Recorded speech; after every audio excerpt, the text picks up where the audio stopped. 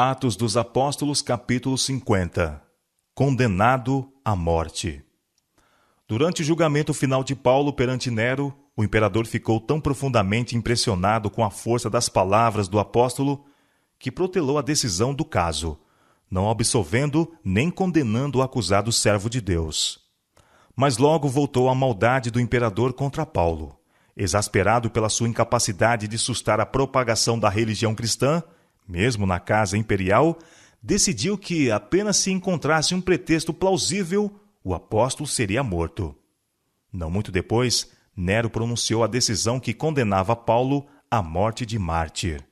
Se bem que um cidadão romano não pudesse ser submetido à tortura, foi ele condenado a ser decapitado. Paulo foi levado reservadamente ao lugar da execução.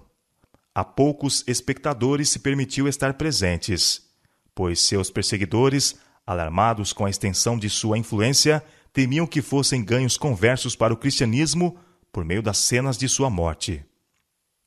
Mas até os soldados empedernidos que o acompanhavam ouviram suas palavras e com espanto o viram animado e mesmo alegre à vista da morte.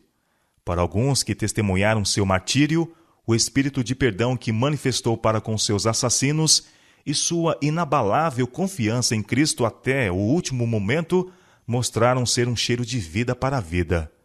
Muitos aceitaram o Salvador que Paulo pregava e, sem demora, selaram destemidamente com sangue a sua fé. Até o último instante, a vida de Paulo testificou da verdade de suas palavras aos coríntios. Porque Deus, que disse que das trevas resplandecesse a luz, é quem resplandeceu em nossos corações para a iluminação do conhecimento da glória de Deus na face de Jesus Cristo. Temos, porém, este tesouro em vasos de barro, para que a excelência do poder seja de Deus e não de nós. Em tudo somos atribulados, mas não angustiados, perplexos, mas não desanimados, perseguidos, mas não desamparados, abatidos, mas não destruídos, trazendo sempre por toda a parte a mortificação do Senhor Jesus no nosso corpo, para que a vida de Jesus se manifeste também em nossos corpos. 2 Coríntios, capítulo 4, versos 6 a 10.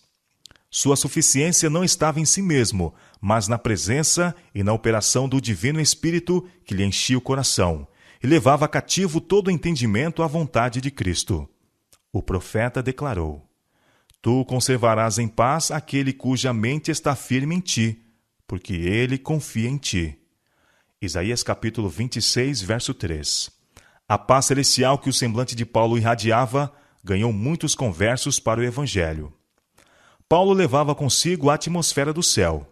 Todos os que com ele se associavam sentiam a influência de sua união com Cristo.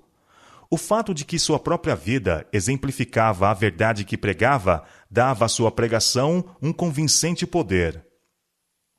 Nisto reside o poder da verdade. A influência espontânea e inconsciente de uma vida santa é o mais convincente sermão que se pode fazer em favor do cristianismo.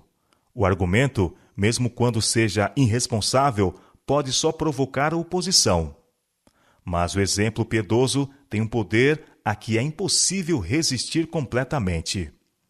O apóstolo perdeu de vista os próprios sofrimentos, que se aproximavam, em sua solicitude por aqueles que ele estava prestes a deixar a lutar com preconceito, ódio e perseguição. Os poucos cristãos que o acompanharam para o local da execução, ele se esforçou por fortalecer e animar, repetindo as promessas feitas àqueles que são perseguidos por causa da justiça. Assegurou-lhes que nada falharia de tudo aquilo que o Senhor falara com respeito a seus filhos provados e fiéis.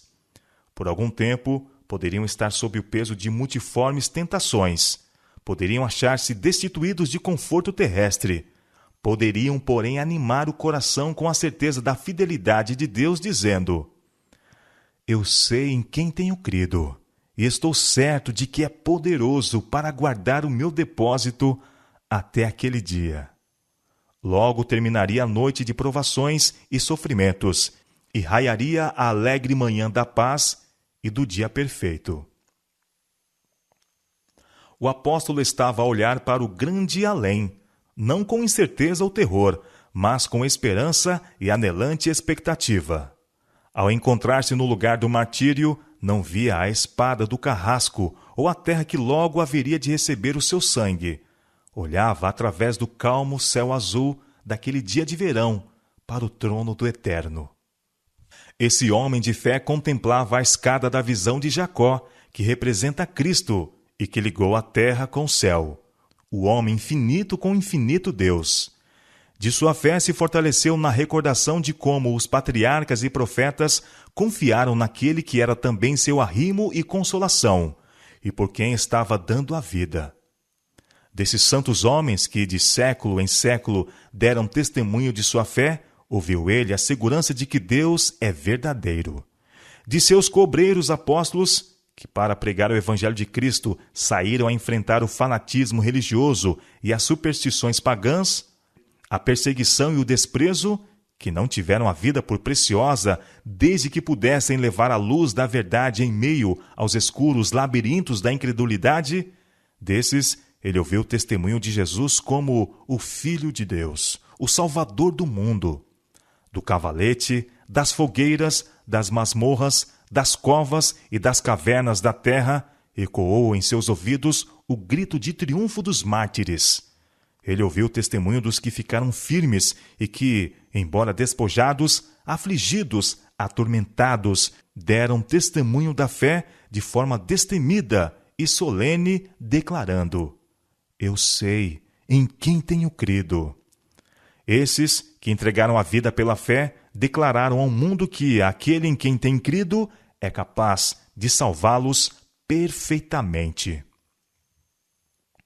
Resgatado pelo sacrifício de Cristo, lavado pelo pecado em seu sangue e revestido de sua justiça, Paulo tinha em si mesmo o testemunho de que sua vida é preciosa à vista de seu Redentor. Sua vida está escondida com Cristo em Deus, e ele estava persuadido de que aquele que conquistou a morte é capaz de guardar o seu depósito.